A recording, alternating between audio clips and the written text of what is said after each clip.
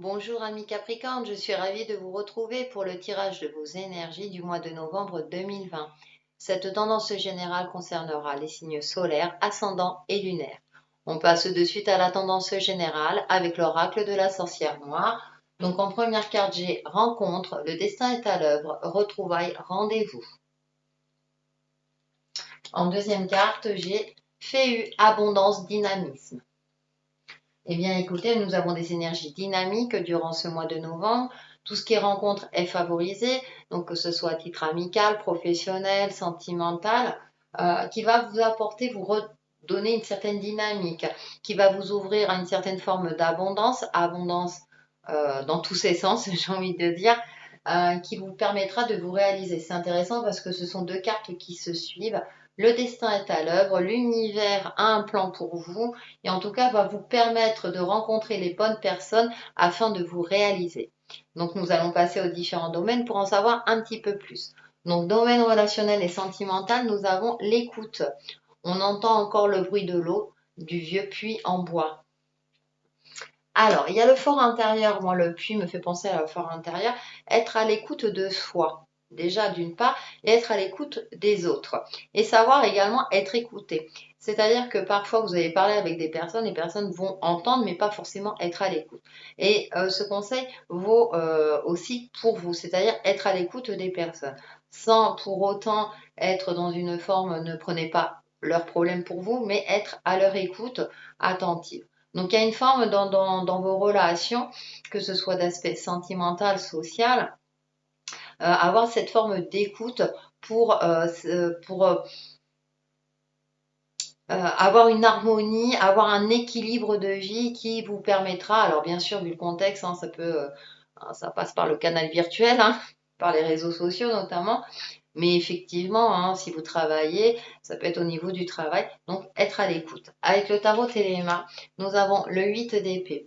Il y a une forme, c'est peut-être vous qui n'êtes pas à l'écoute parce que vous êtes peut-être enfermé dans un schéma mental. Nous avons la reine d'épée derrière et nous avons le 3 de coupe.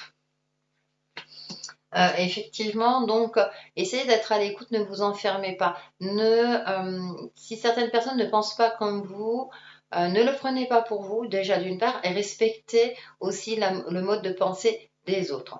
Avec cette reine d'épée, là, nous avons cet esprit de clairvoyance, c'est-à-dire que vous êtes suffisamment alerte, vous avez un esprit suffisamment éclairé pour faire le tri dans les messages, dans la communication et justement, vous savez faire la part des choses entre les menteurs et ceux qui vous disent la vérité. Et avec ce 3 de coupe, on vous demande d'avoir une forme de lâcher prise aussi, euh, d'essayer d'avoir des rapports moins durs, beaucoup plus légers. Euh, Vous savez, dans le relationnel, et puis à vous de transposer par rapport à votre ressenti, que ce soit sentimental, amical ou professionnel, il y a différentes phases, hein. C'est-à-dire que vous avez l'ami proche, vous avez les connaissances, donc c'est vrai que le relationnel, c'est assez général, mais il y a des moments aussi de légèreté, ne pas tout prendre tout trop au sérieux aussi, hein. Savoir vous amuser avec les autres, même si c'est pas des personnes avec qui vous avez des affinités, mais où vous entendez bien. Il y a cette notion-là, voilà, de prendre un peu du recul, de ne pas être trop dur, mais aussi bien avec vous-même, parce qu'en général, hein, notre comportement vers les autres, on a tendance à l'avoir aussi avec soi-même. Donc il y a une forme aussi de retrouver une certaine joie de vivre intérieure et de la retrouver avec les autres. Pour faire la synthèse, j'ai pris une carte, le cinquième accord Toltec. Mon vrai moi est au-delà de tout ce que je sais. Vous voyez, c'est un peu sortir de ce côté un peu mental de tout vouloir contrôler, maîtriser et tout. Lâcher prise.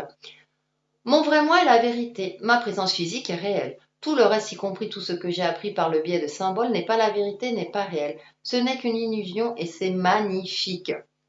Alors c'est intéressant parce que voilà, votre vrai moi, par rapport, je vous parlais du fort intérieur, voilà. Qui êtes-vous réellement? À vous de vous poser cette question-là pour justement avoir des relations harmonieuses, des relations beaucoup plus authentiques et qui vous permettra de faire un tri naturel, ça se fera naturellement, hein. Les personnes qui ne sont pas au même, j'ai envie de dire, au même niveau énergétique s'en iront tout simplement.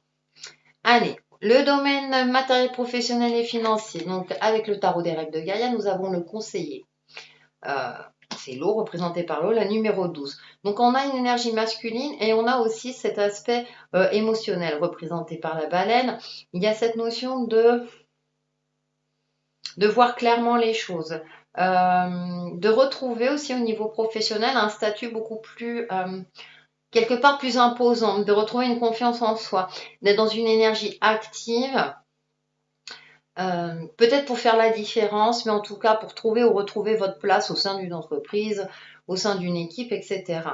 Sur le plan matériel aussi, de prendre conscience de l'abondance que vous avez dans votre vie, mais également de ne pas être attaché, de ne pas être trop matérialiste. Avec le conseiller, il y a aussi cette notion de peut-être de prendre conseil vis-à-vis d'une personne avisée qui a une certaine expérience. Je pense au domaine matériel, si vous voulez acquérir un bien important ou faire un achat assez important, vraiment d'être peut-être à l'écoute aussi de conseils avisés qu'on peut vous apporter. Avec le tarot de la magie verte, nous avons le 9 de Pentacle. Ouais, appréciez l'abondance qu'il y a dans votre vie, aussi bien du point de vue matériel, financier. La terre-mère, il y a une énergie créatrice. Donc pour vous, ce mois de novembre, les énergies sont favorables à tout ce qui est création, travail artistique, etc. Pour vous, amis Capricorne, il y a aussi, j'ai l'impression que vous faites un bilan un petit peu de tout ce que vous avez, de ce que vous possédez, et vous en profitez. Et avec la terre-mère, il y a aussi cette notion de stabilité et, comme je disais, d'énergie créatrice. Peut-être qu'il y a un côté artistique en vous, si vous êtes en recherche d'emploi, travaillez là-dessus. Il y a aussi cette forme d'avoir confiance en soi dans ses capacités de réalisation. Et on termine par le 6 d'Atamé. Il y a peut-être une formation envisageable, une possibilité, parce qu'il y a un éloignement avec ce 6 d'Atamé, mais j'ai plus cette sensation de suivre une formation pour pouvoir évoluer, pour pouvoir peut-être trouver un nouvel emploi pour certains d'entre vous. Et j'ai l'impression que c'est plus le côté artistique qui est mis en avant. Alors bien sûr, je sais très bien que ça ne va pas parler à tout le monde, mais même dans votre travail au quotidien, vous pouvez apporter votre touche artistique, à vous de voir en fonction du domaine dans lequel vous travaillez. Pour faire la synthèse, nous avons les 55 cartes de sagesse. Acceptation T. L'acceptation est un état de non-jugement total où vous ne montrez ni malveillance ni intimité envers quiconque ou quoi que ce soit. Dans cet état, votre mental est paisible. Vous pouvez penser de manière large et vous concentrer sur le nombre infini de possibilités existantes. L'acceptation vous permet d'agir avec créativité dans le présent sans être bloqué par le passé. Vous devez admettre la situation et agir avec sagesse pour que se manifeste la réalité désirée. Soyez à l'aise avec vous-même afin d'être centré, confiant et capable de révéler votre véritable splendeur. Affirmation. Je m'accepte moi-même et j'accepte les autres. C'est une très belle carte, j'aime beaucoup le texte parce qu'il est très inspirant. Il est en adéquation par rapport à ce domaine, mais tous les autres domaines et dans sa généralité. Donc n'hésitez pas aussi à accepter les choses, c'est ce que je vous disais par rapport au domaine relationnel.